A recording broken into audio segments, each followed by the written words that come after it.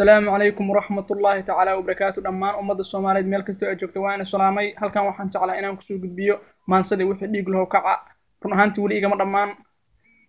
imisa dhamac iyo dhaawac iyo rasaas kulul isku dhiibnay qaraxo dhalaanken ku weynay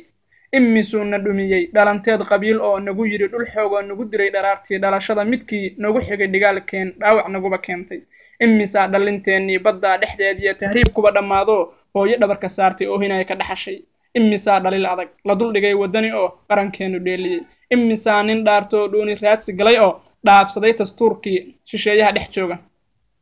imisa kan dhiidiya wariyaha dhabtaayo soo dhiga xaqiiqadana dhafoor laga batoogtay imisa dhaqankiyo hidaheena dhumiso dhul shisheeye aaminay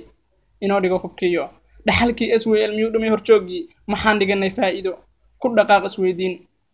maantana dhulkaygii dhurwaaya midhaafo dhinacyada ka joogo dhabti waxa isleeyihiin allow yaa dhameeya dhulka yaa u haro oo dhirta uduga bixiso dhaayaha u rooneeya dhex seexda haraca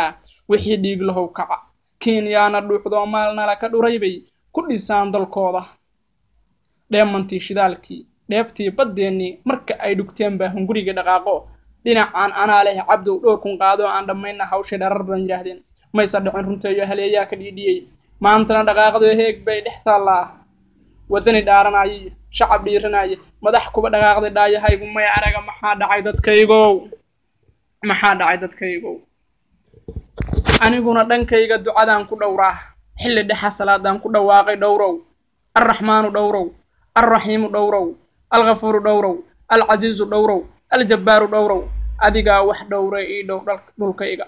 dhowrow ku tuugaya dhibaatada inaga bixi qulubteena kaba dhay xumaan wixii dhexdeeniyo ka dul dhacay dadkeennii dhowrow ku tuugaya hindisaha dhigeeniyo dharka badeeniyo barigeena dhoolka ah